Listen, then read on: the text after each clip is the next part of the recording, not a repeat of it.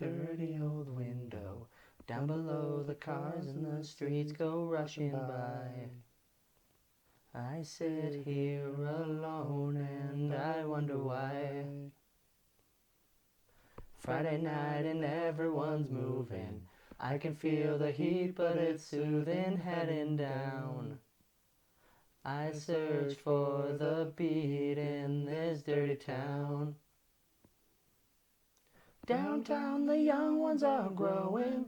We're the kids in America, oh, we're the kids in America, oh, everybody live for the music go round. The city goes fast. Oh, no, I was just, I was just doing it for fun. Just to give ourselves a little bit of a gap so I could just edit that out, you know? Yeah. That was a good pick. Huh. Well, I was playing a song called Waste the Night by the Dirty Heads. Well, I guess it's Catastrophe featuring Jared from the Dirty Heads. Oh, yeah.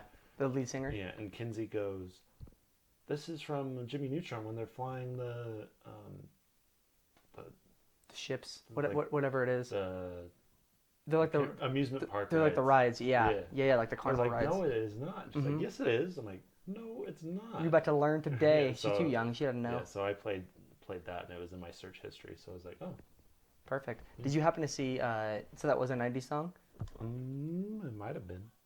Because that would be even more perfect. It's probably maybe like late '90s or really early 2000s. I bet. Looking out a dirty old window. Or at least the movie was. Mm-hmm. I'm peeing in the shower. And they cut back to him. I'm still doing it. 1981. Oh, wow. 80? Okay, yeah. Beautiful. Dang, much older than I was expecting. Great song. Great song.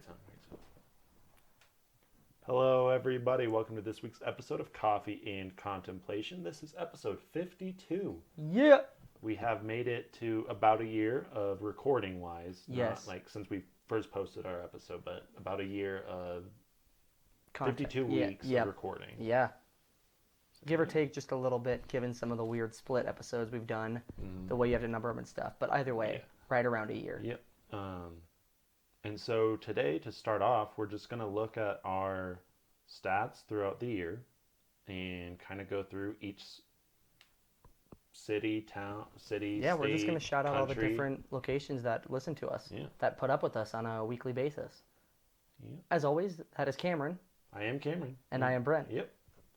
Also, while Cam's looking this information up, I just got to give you guys a quick warning that this is like maybe the most tired I've ever been in my entire life. I just got back from a 4-day trip to Austin, Texas to go to a wedding.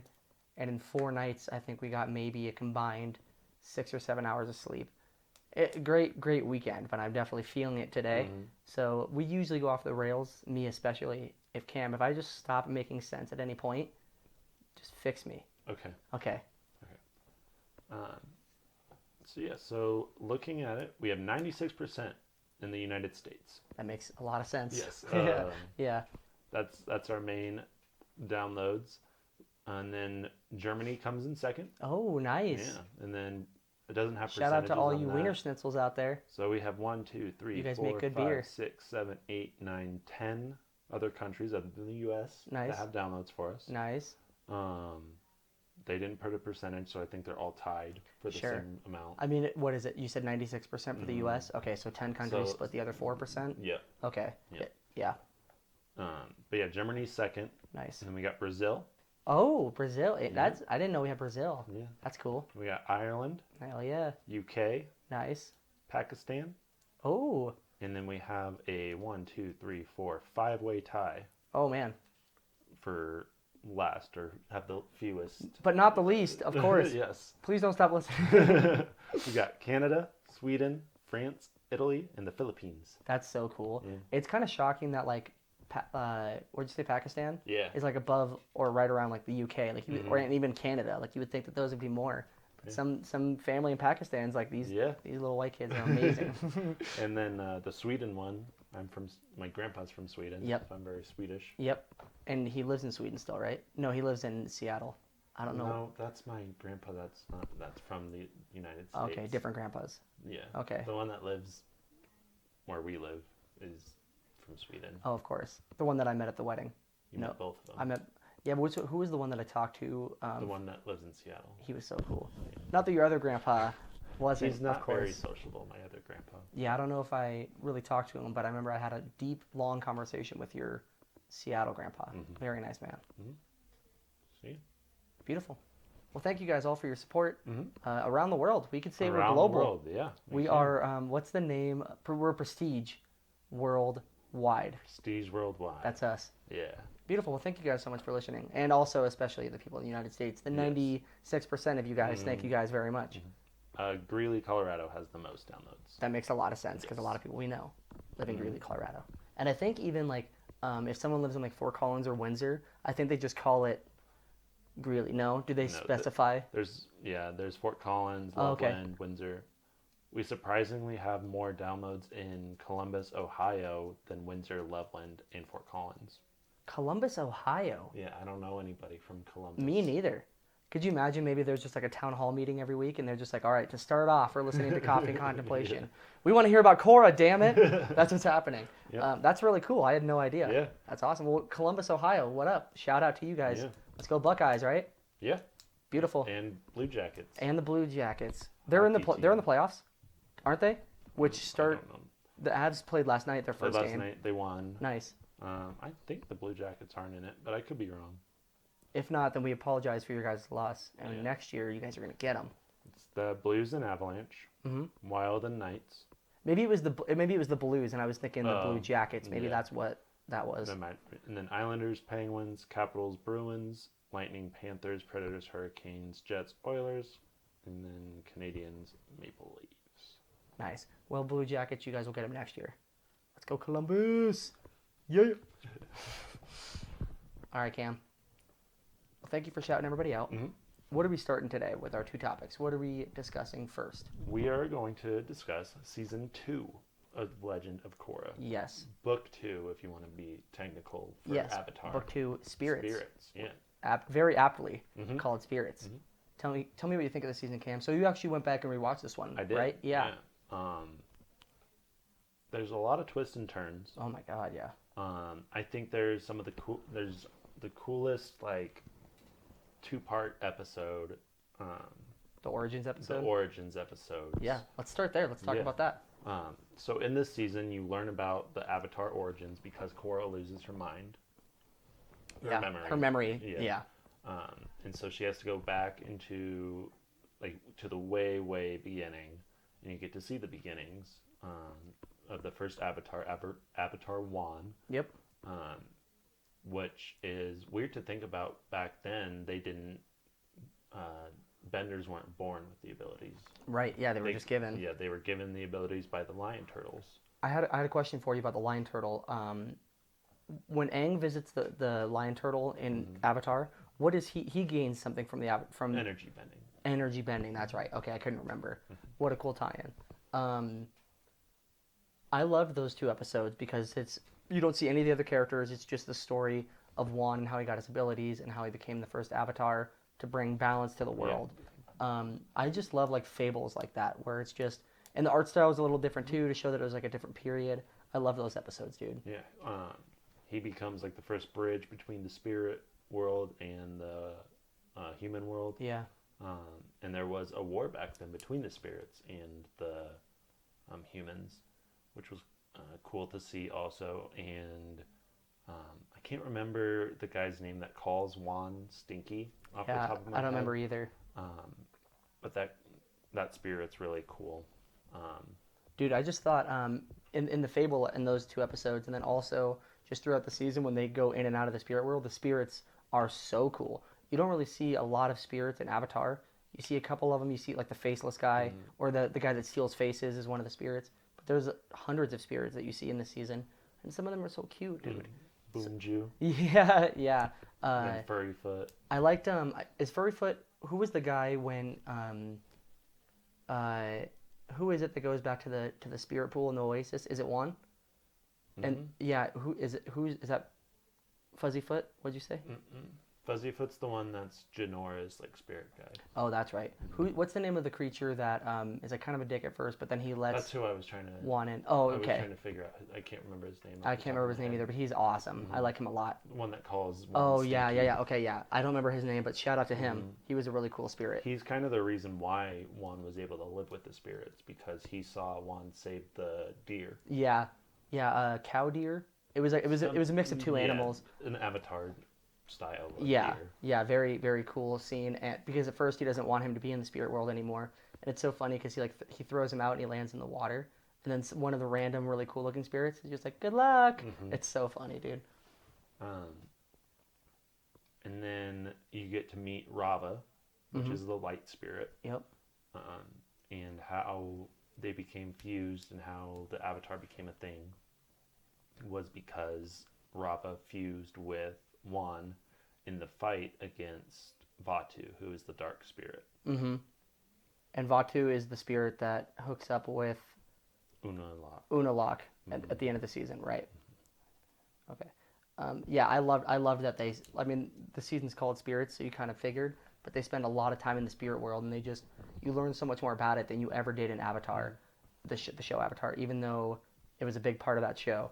And I just loved how they spent a whole season focusing on that. And the harmonic convergence is a big part of it too, because that's what will release Vatu, because Juan and Rava trapped him in the tree. Yeah. And it would only open up at harmonic convergence if the two spirit portals were opened up, and that's what Unalak had Korra do. He tricks her into doing it. Yeah. Okay, Cam, let's get into some of the characters that you meet in this season. What do you think of Varric? I love Varric. I love Varric too, even though he kind of ends up being a bad guy. Not really. No, he's just. But he's just kind of like playing chess and like checkers and everything, where he's like trying to get Republic City to join the Southern Water Tribe to fight for them in the Northern Water in the Civil War, basically. Yeah. Which was another 2-part episode, the whole Civil War, which was really cool. And he just takes it a little too far by blaming everything on the Northern Water Tribe, by like, doing the explosions, trying to kidnap the president. He gets Mako arrested for he's in jail for a couple episodes. Yep. I loved Varric. You asked me last episode if I had met him yet. I hadn't, because I'd only watched the first season. He's hilarious, dude. You know who he reminds me of is Jonah Jameson from Spider-Man. Yeah. He reminds me of him so much. Even funnier though, but the way he bosses around his assistant, Julie, it's so funny when they're in the bear, and he has the tea, and he's like, "No honey," and then she's like, "There's no honey in here." And he's like, "Yeah, but we're in a bear." It just makes no sense, but it's it's so good, dude. The way he's Julie, hilarious. do the thing. Oh yeah, Julie, do the thing. I love when he just gives out like the most random things. He's like, write down those prototype ideas and let the factory know. I want it to be done by next week. And she's just like, yes, sir. Yeah. He's hilarious. He's really funny. And then when there's the plane on his ship and everything. Oh yeah. And Asami's like, there's no runway. How are you gonna get it like fast enough to go up and everything? Yeah. And he's like, Julie. Yeah, Julie, set a reminder. Build a runway. Yep. Yeah, it's hilarious, dude. The way he bosses her around is great. Really funny. I like Varric a lot. Without getting too spoilery, because I've only watched up until the second season. I haven't seen the third or the fourth yet, and you have. Do you see more of Varric? Does he stick around? Yes. Cool. I wouldn't say he's like one of the gang, or they called them the Avatar team in Legend of Korra. He's not really one of them, but he's kind of like how Tenzin and Bumi and Kaya are, where they just kind of show up when needed. Yeah, definitely. Okay, well that's a good pivot point, Cam. Let's talk about Tenzin and Bumi and Kaya. You don't really see much of Bumi or Kaya in the first season at all. You know they exist. You see Bumi right at the end, but you don't meet Kaya until they go on their family trip. I don't even think they mention her, that she's one of the siblings, because you hear about Tenzin and Bumi. You don't really meet Bumi, but I didn't even know about Kaya until this season when they all go on the trip together. I loved that whole, like, just the way that they, I love how you got to spend a lot of time with them and with Tenzin's kids, who were adorable, by the way. I love it. His kids are so cute and so funny, dude. Milo, Janora, and I should have written down their names, and I didn't. It's Janora because she's She's an important character later. Very important. And what's the son's name? Milo. Yeah, he's funny, dude. He's hilarious. I love when he's training the lemurs. Mm-hmm. It's so funny, man. There's also like some sad moments though too, because he just wants to be like fun and like hang out with the lemur and stuff, and then Tenzin's treating him how to be a better trainer, and so he makes the lemur sleep on the floor one night instead of in the bed, and then he kind of starts crying. He's like, being a trainer is lonely, and he like starts crying. That made me tear up a little bit, dude. That's pretty sad. And then you see he trained not only the one lemur. Oh my God, trained all hundreds of them, dude. And Tenzin just goes, okay, let's take a little break on the training. Yeah. And then you say it's pronounced Milo. Milo. Yeah, Milo's like, okay, come with me. Let's just go have fun or whatever. And he runs, and the whole army of lemurs just fly after him. I was like, oh my God, this is awesome, dude. And then you get to see that there are other bison instead of just Oogie. Yeah, there are so many bison. And when one of the sisters gets in the fight with her brother and sister, she goes and she's hanging out with baby flying bison. They are so freaking adorable. And the name she has for them are so funny. One's like Blueberry Spice Head or something like that. Yeah, it's cute. Yeah. It's really cute. Are you looking for the names right now? Yeah. Iki. Iki, that's right. So, okay, I'm sorry. So it's Milo. Yep. Iki. How do you spell that? Ikki. And then Genora.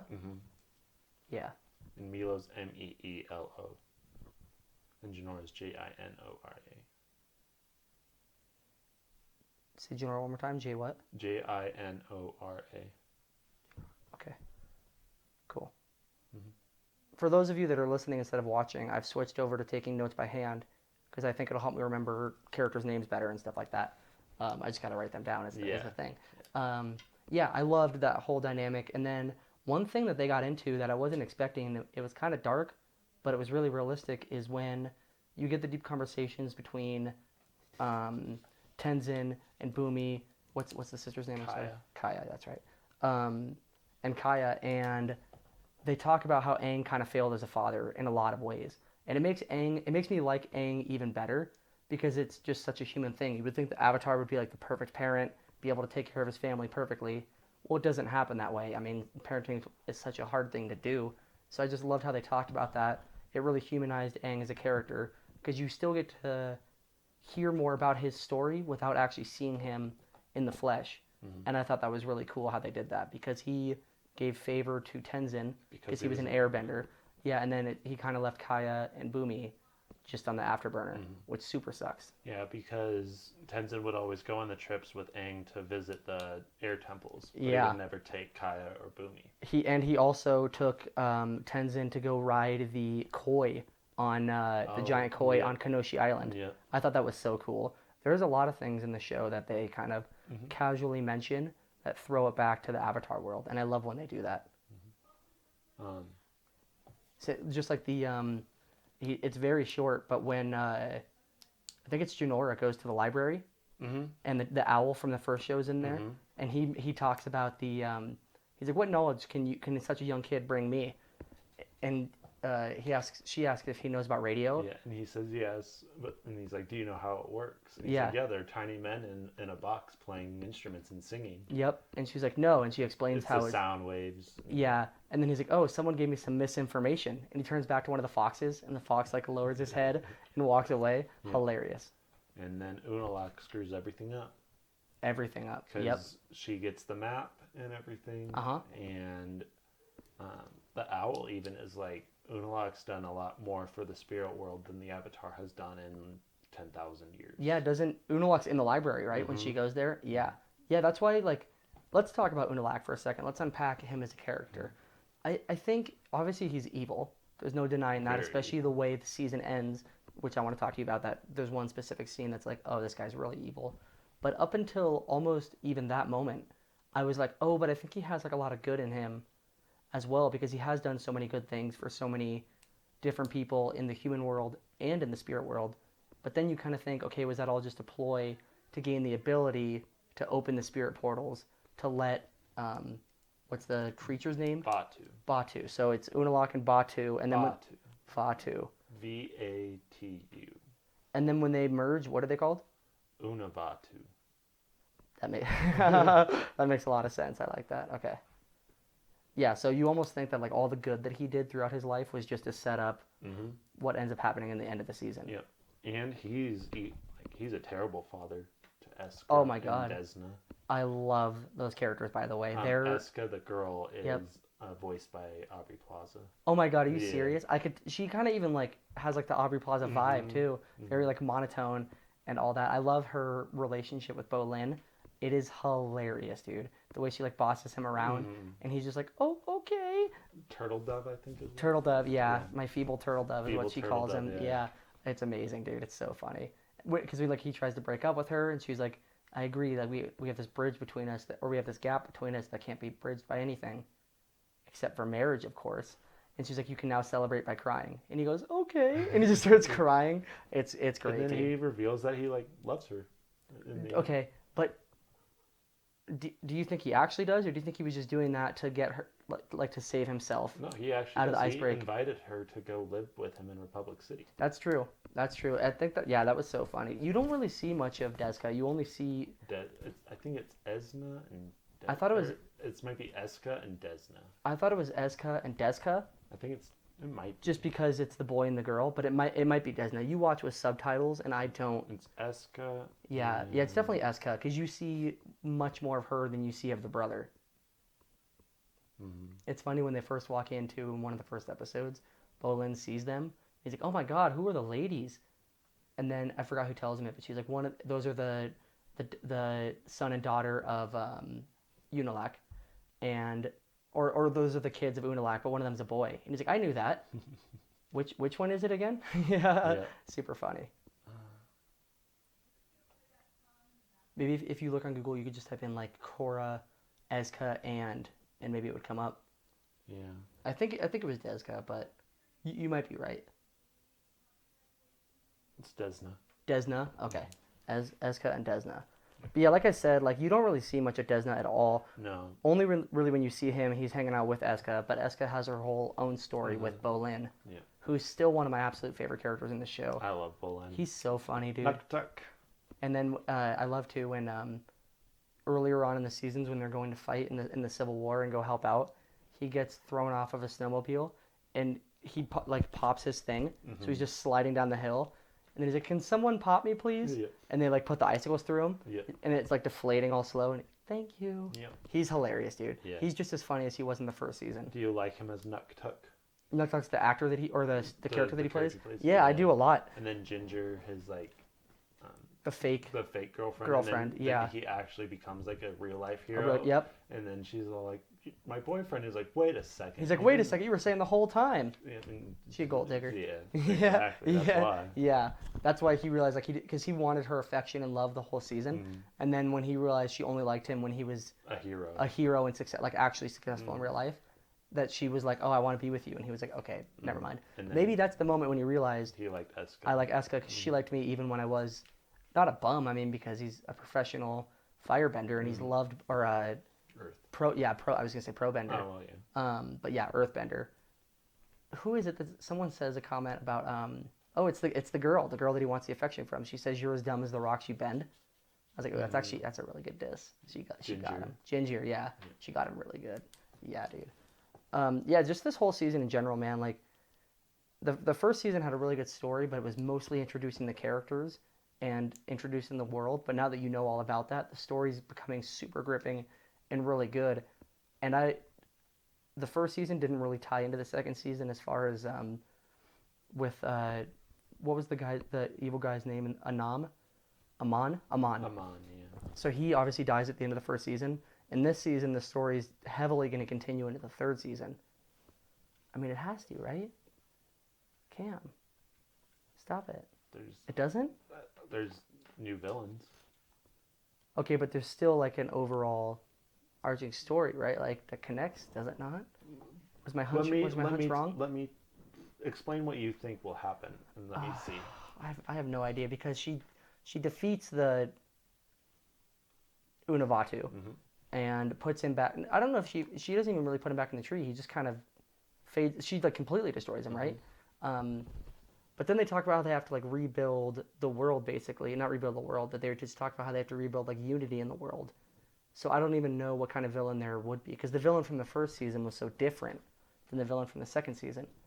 So now that you're giving me this face, I have no idea where to even begin to guess what's going to happen next. So something happens because she leaves the spirit portals open. Both of them. Both of them. Okay. So she leaves them open. The evil spirits get out, and they have to defeat the evil spirits. Nope. Like in Ghostbusters. Some people that didn't have bending have bending now. I won't say People are going to use bending for bad. And a new person that we haven't met yet is going to come to power with their bending. Probably fire bending. Dang. Probably earth bending. Probably air bending. I was like, please don't be the fourth one, I guess. Please at least give me the third one. Yeah. And use that to try to become all powerful. Yep. Okay. Someone we haven't met yet? Nope. Cool. I'm excited. We'll do obviously season 3 next week. So I'm excited to watch that. But yeah, so leaving the spirit portals open unlock the ability for people to airbend. Just airbend? Just airbend. Oh, okay. So people that could, only certain people that like had the abilities, and so I'll spoil a little bit, but okay. Boomy gets airbending. Oh, and so it's that's a big like, point of contention in the first season is how his siblings were, or in the second season, that his siblings were benders, and he was not a bender. Yeah, so I think you had to have a parent or something that had that bend. Okay, it has to be in your family at some point, because he had obviously his dad and his brother. Yeah, that's cool. Well, good for him. I'm excited to see that. I love Boomy as a character. Yeah, but I can't remember exactly why certain people got airbending and certain people didn't. Yeah, but interesting. Well, we can obviously dissect that next week, but that's cool to know. Did it? I had to kind of not rush through, but I kind of had to finish the last episode up a little quickly because you were coming over to watch, or you were coming over to do the episode. Is that something you learn in the season finale, or is that something you don't learn until the third season? Until the third season. Okay, I was gonna say I didn't think I missed like that much. Yeah, That's crazy. Yeah, it's the first scene in the. Oh, it's like the opening to it? Season 3, episode 1, yeah. That's cool. One thing I really hope continues, and you can tell me if it does or not, because it's not really a spoiler, but I love like the recaps that they do before every episode, and it's the pro bending announcer. It continues. I love that. It's super cool. Yeah. First of all, because if you want to take a break and take a couple days off, it reminds you exactly where the story is, and it's like you're watching like an old like 50s movie. The way it's filmed, it's in black and white, and I just love the way he announces. He's a great announcer. Yeah. Mako's kind of not a great guy in this season. No, he's not. No, he's really not. And it's funny because they joke about it. Well, before I say what I have to say, why do you think he's not such a good guy? Well, he breaks up with Korra and everything, and then she forgets that they broke up and had the fight. Yeah, because when she went to the spirit world, and he's like dating Asami, and as soon as she sees him, she gives him a kiss and like hugs him and doesn't believe they're broken up. Right. And Asami's watching it all go down. And he's like, you're not mad at me still? And he's like, she asked why, and he's like, because of the big fight we had. And then she explains she lost her memory, and she's like, did anything bad happen? And he's like, no. Yeah. So they're like together again while he was still dating Asami. Still with Asami watched the whole thing happen. Yeah, and like you did say last week, the love triangle kind of continues. You were not kidding. I thought he was a bad guy just at first because, even before that, because when he broke up with her, he did it for kind of shallow reasons. Not really shallow reasons, but it just seems like he was like ready to give up when he shouldn't have. And then, like you said, when she comes back, he acts shady about it and doesn't really have the balls to break up with her. Yeah.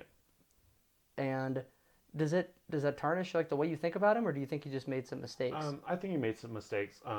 Season 3, Mako is a lot better. That's good. He's got a really good. I think he has a really good redemption arc.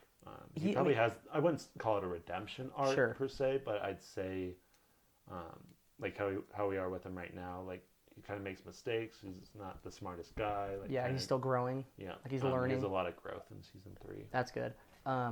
They do kind of mention it a lot in the first and the second season about how he's a kind of a womanizer and he like breaks girls' hearts, and he even tells Bolin when he's trying to figure out how to break up with Eska, he tells her how to break up with her, and it sounds just like super shallow. He's like you don't have to care about her. Like you're the one that matters. Just break up with her. Like, and I was like, oh, so he really does just like cut women off and not care at all. But that's good to see that he'll learn from the mistakes that he made in season 3, Mhm. which is good. When you make mistakes, you got to learn from them. That's how you grow as a person. Yep. Cam, you lied to me last time we recorded. You did. You In did. a sense. In a sense, you lied to me because you told me that we don't see Iroh again. In a way, you kind of double lied to me, right? Because we see Iroh, we see General Iroh come back and help out very briefly, but he did come back. General Iroh, are your ships in position? Yes, they are, but I need to know what we're dealing with. That's all you hear from him. But he did come back. And then in the spirit world, you see Uncle Iroh. Yes. Incredible. You see him a couple times in the last couple episodes. Dude, he's still just he's so cool. And he's still like the best advice giver. Mm-hmm. I was like, oh my god, this is just like when he used to talk to Zuko. This is so cool. I would say he kind of was, I wouldn't say mean, but he gives like Kaya, Boomy, and Tenzin like the advice that they need and everything. Right. Then he just leaves. Yeah. Like he doesn't like lead them to where they need to go. Like, right. He just tells them where he they does, need to go. He does lead Jinora though. No, Korra. it's a little Korra. Yep. I forget. She looks like Jinora when she gets little. I actually kind of thought. Belly, yeah, she does. It reminded me of in the beginning when at the very beginning of the show. When she's like, "I'm the Avatar, and you gotta deal with it." Yeah, so cute. But he does lead her, and he guides her and helps her. I was just so happy to see him again, dude. And then he explains like your emotions have a big impact on the world around you, especially in the spirit world, and especially when you're the Avatar, since you're the bridge between the two worlds. Right. Yeah, because she has like a little panic moment or a freak out moment. Because she's tired of the spirit world. Yeah, and all the good creatures turn evil, and all the light goes away, and it turns into like a giant tornado storm. I thought that was good. It's like an analogy for life. Like if you have a better attitude about things, things were probably going to turn out better. You know what I mean? And that's kind of what I took away from it. I feel like Iroh, even in Avatar, said stuff in the show that made a lot of sense, but was also just a good analogy for life itself all the time. Mm-hmm. That's why I love Iroh. Was it had to have been a different voice actor, right? Yeah. He did a really good job. Yeah, he sounded a little different, but he still sounds like Sound very close to him, definitely. It's funny too when he's like, in the spirit world, you don't gain any weight when you eat because it's spirit food, but you also don't lose any weight. Yeah, that was a pretty good impression right there. Oh my goodness, you kind of just pulled that out of nowhere. That was awesome. I love him. Yeah, Iroh's. I mean, it's so funny because he's such a good advice giver and he's so wise, but he's also so funny.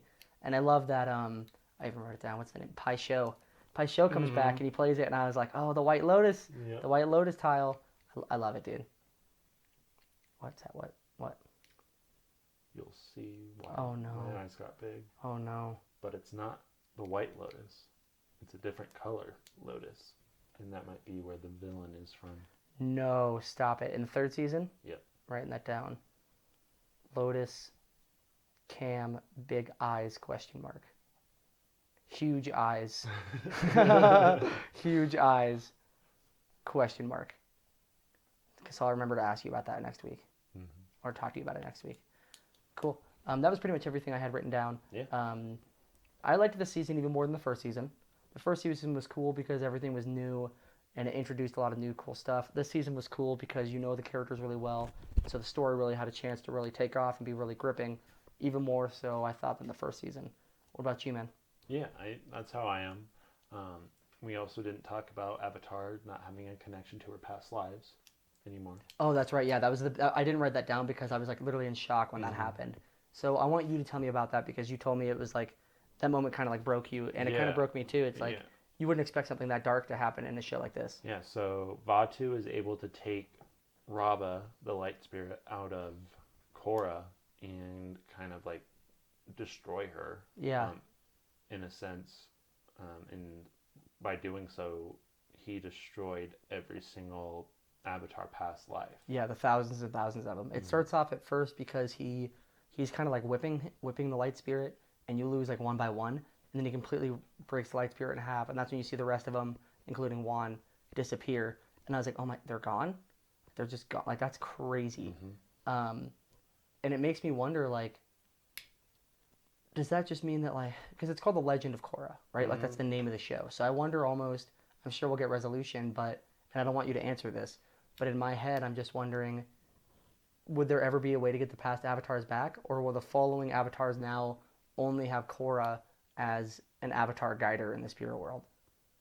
which I mean that would be cool because it's Legend of Korra, but also all the past avatars are just gone, and it's crazy. Yeah, I know she was scared that she was going to be the last Avatar, Right. but that's because she thought Raba was completely gone. Mm-hmm. But then in the final battle, she's able to take Raba out of Batu and reconnect with Raba. So Right.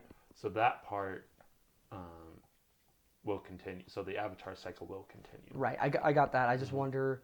I wonder if there will be a way to bring back the past Avatar states, but I don't want you to answer if that happens or not. I'm trying to be stone faced. Yeah, just look at the ground. Don't look at me. But yeah, I thought that was pretty shocking because you told me it's pretty dark in season 2. I expected a character death, like a major character death. For a little bit, I thought it was going to be Jinora because she gets lost in the spirit world and her body's just stuck in the present world. And I was like, no, that might be too dark. I don't know if they can kill a kid. I thought they were going to, and they still might in the later seasons. We have no idea, but I have no idea. But what they did was maybe even darker than that by just taking away all these past Avatar states. Yeah. Crazy, dude. I loved the second season, though, man. Yeah. Season 3, I think, has the best villain. Nice. So you'll see why I think that. You'll see more of the gang in season 3. We didn't see a lot of pro bending this season. It happened at the very beginning, and then because he has Bolin has the new team, and they're terrible, and then they have like the pro bending kind of at the movie premiere. That's why I told you last week when I was like, pro bending does come back, but it's not going to be exactly what you think it's like. Okay. And that's what I meant by that. Okay, so now is it going to come back, or is it pretty much gone. gone? Yeah. That was such a cool aspect of the first season. Goodness, I'm also kind of assuming, and you can correct me if I'm wrong because this isn't really a spoiler, but it seems like Republic City is not going to be super important to the show from here on out. It seems like it's still going to be a part of the show, but it's not going to be as major. Yeah. It seems like the show is going to be a little more like Avatar, where they travel a lot. Yep. Is that what's going to happen now? Yeah, so they travel a lot more with airbending being new. Hell yeah. You get to see that travel to different places trying to gather up all the airbenders, since Tenzin's like an airbending master. Right. So he can teach them. So that's like the main traveling part. Nice. Cool. Yeah, man, I'm excited to watch more. Is there anything else you want to say about season 2? That was pretty much everything I had. Yeah, that's about it. Very nice. Do you want to do the outro for Avatar or for Korra? Yep. Thank you guys for listening to episode 52. Like we said in the intro, it's been about a whole year of us recording these episodes for you guys. Yeah, and in that year, our format has changed a lot, and it probably will continue to change until we find something that we absolutely fall in love with. Our topics have kind of stayed the same. We moved away from sports. That was a big change. But if you guys ever have feedback or anything on how you maybe we not restructure the show, but how we can change the show for the better, let us know. Yeah. We have Twitter and we have an Instagram. Cam runs those because I'm very not on social media really at all. And you can also shoot us an email to coffeecpodcast@gmail.com. Absolutely. Yeah. And if you guys have not yet subscribed to our YouTube channel, you can do so right here. And if you guys want to watch our most recent video, you can do so right here. Have a good week. Bye. Bye.